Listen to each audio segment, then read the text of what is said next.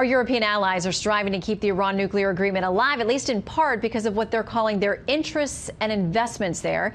Joining me now, Republican Congressman from Illinois, Adam Kinzinger, is on the Foreign Affairs Committee, as well as being a former Air Force pilot and current major in the National Guard. Great to have you with us tonight. Thanks. Good to be with you. All right. What do you make of this, the European concerns that they have? I want to read you something from the French foreign finance minister saying this. Do we want the U.S. to be the economic policeman of the planet, or do we want us Europeans to say that we have an economic interest and we want to have economic relations with Iran inside the framework of a strategic deal with Iran, which includes Iran's renouncing to nuclear weapons? That's our translation of what he had to say. But the question there remains, if the U.S. is going to sanction anyone doing business with Iran, what does that do with regard to the EU? Well, I think it makes it clear to the EU that they're going to have to get back on board with sanctions. I mean, the reality is you can make a choice. You're either going to do business with the largest economy in the world, or you're going to do business with Iran, who, by the way, is actually doing very bad actions around the Middle East. And so I get it. You know, the Europeans are upset. They've never really been ones to take leads on foreign policy issues like this because they get very self-interested in economics. But America's different. We understand that we have a mission in this world and that we have some real broad things we need to achieve. And one of those is peace for Israel, more stabilization in the Middle East, and ensuring that Iran never actually gets a nuclear weapon ever versus just for the next 10 years. What do you make of the efforts by the Trump administration to cultivate those relationships with the Gulf states, with Arabs and their interests in the region, while also, looking out for Israel as our #1 ally there, but building those bridges that maybe have not been so strong in the past?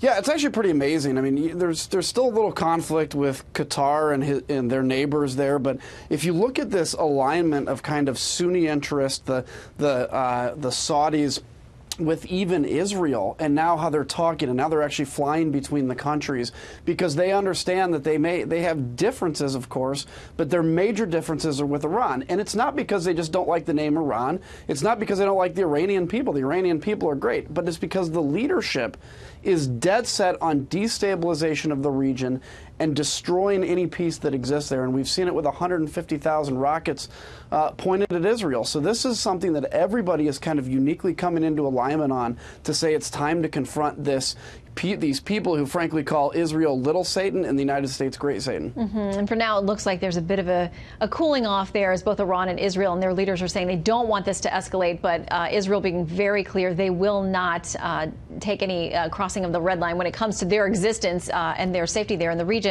as Iran continues to build up a presence in Syria, taking advantage of that civil war.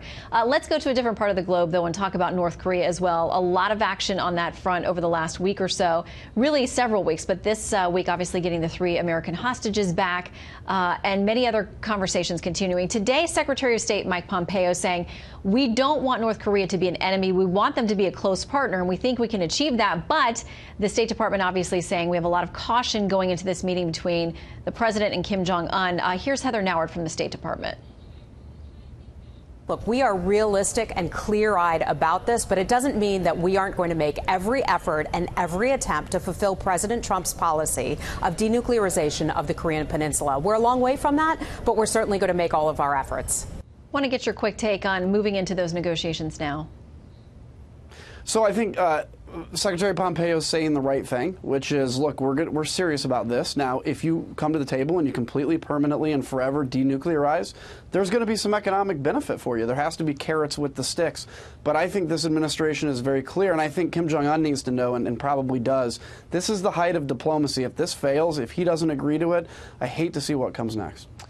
Congressman Adam Kinzinger, always great to have you with us.